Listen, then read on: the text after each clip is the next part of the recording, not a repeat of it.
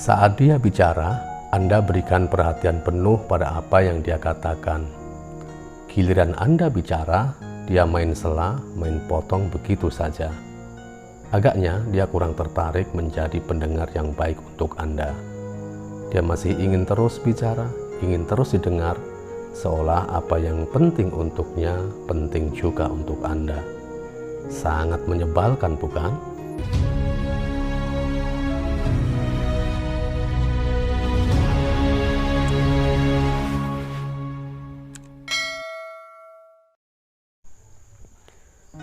Assalamualaikum warahmatullahi wabarakatuh.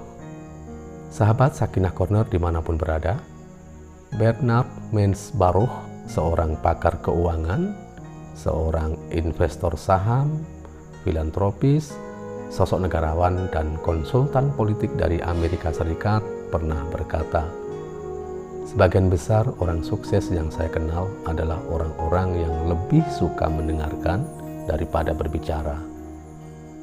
Sahabat, dalam berkomunikasi agar bisa produktif tidak hanya butuh pembicara yang baik, namun juga pendengar yang baik. Apa artinya seorang pembicara yang baik bila bertemu dengan pendengar yang tidak baik? Tuhan memberi kita satu mulut dan dua telinga. Konon makna filosofisnya agar kita lebih banyak mendengar daripada berkata-kata. Nah, berikut ini kiat agar bisa menjadi pendengar yang baik, agar inti informasi yang disampaikan mitra bicara bisa kita terima secara tepat, plus suasana pembicaraan, apakah itu dengan teman, keluarga, atasan di tempat kerja, ataupun dengan yang lain, bisa menjadi nyaman. Kiat yang pertama, tunjukkan bahwa kita ini seorang pendengar yang tulus. Ketulusan itu terekspresikan melalui sikap fokus pada situasi pembicaraan dan menjauhkan diri dari sikap yang bisa dinilai mengabaikan. Misalnya pandangan yang tidak fokus, tengok kanan kiri, atau mendengar sambil mainin ponsel. Ketulusan penting agar mitra bicara merasa dihormati, merasa diterima, merasa didengar. Bila ketulusan ini sudah dirasakan mitra bicara, biasanya akan membuatnya makin percaya pada kita. Kiat yang kedua, tidak menyela atau memotong pembicaraan, khususnya saat mitra bicara sedang asik-asiknya berbicara.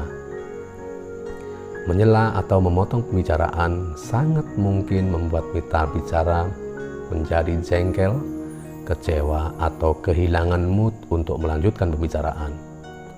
Apalagi bila saat memotong pembicaraan, kita mengarahkan pada tema lain. Misalnya, istri sedang asik bercerita tentang aktivitas kelompok pengajian yang diikutinya. Saat lagi asik begitu, kita sela dengan tema lain. Dan saat melakukan itu, kita tidak sedang bergurau demi menghangatkan suasana. Kita sedang seserius istri kita. Percaya deh, pembicaraan jadi sad ending, berakhir dengan sangat menyedihkan.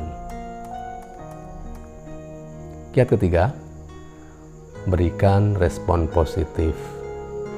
Saat mitra bicara sedang menyampaikan kata-kata, apakah itu berisi informasi, nasihat, keluhan, atau apa saja, sangat penting bagi kita memberi respon positif, menunjukkan bahwa kita tertarik dengan apa yang dia sampaikan. Kalaulah misalnya dia menyampaikan informasi, mungkin kita bisa mengangguk sebagai tanda peduli dan paham atas apa yang disampaikan. Begitu pula saat dia memberi nasihat, masukan, atau hal-hal yang baik untuk kita. Bila yang disampaikan keluhan, curahan hati, atau semisalnya, kita bisa memberinya support dan sikap peduli melalui gestur atau ucapan agar dia merasa nyaman dan lebih siap.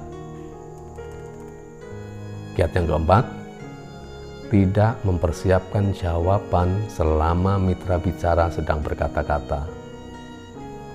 Ketika seseorang berbicara, dia tidak selalu mengharapkan nasihat, jawaban, atau perbaikan. Terkadang dia hanya ingin didengar atau ingin diperhatikan. Maka cukup penuhi keinginannya itu dengan mendengarkannya. Tak perlu menjadikan pembicaraan sebagai ajang debat atau berbantah-bantah, karena memang bukan itu yang diinginkannya. Kiat yang kelima, beri pendapat sekiranya memang dia meminta. Memang tidak selalu mudah membedakan suasana pembicaraan, apakah arahnya sekedar curhat atau diskusi. Namun dengan fokus pada suasana pembicaraan, lama-kelamaan akan bisa kita tangkap kemauan dari mitra bicara. Apalagi bila mitra bicara meminta pendapat kita. Itu artinya memang memberi kesempatan kita berbagi pendapat dan pandangan. Tentu, agar suasana pembicaraan tetap produktif, kita tetap perlu menjaga gaya bicara agar tidak terkesan mendominasi. Beri respon sebagaimana yang dia inginkan. Bila dia hanya butuh pendapat sekedarnya, ya itu yang kita berikan. Bila menghendaki diskusi lebih serius, itu pula yang coba kita lakukan. Jalaluddin Rumi, tokoh sufi yang terkenal itu, pernah berkata, "Karena untuk berbicara orang harus lebih dulu mendengarkan, maka belajarlah bicara dengan mendengarkan." Sahabatku, mari belajar menjadi pendengar yang baik, agar pada saat dibutuhkan bisa menjadi seorang pembicara yang terbaik. Mari selalu jaga marwah keluarga menuju keluarga samawa. Wassalamualaikum warahmatullahi wabarakatuh.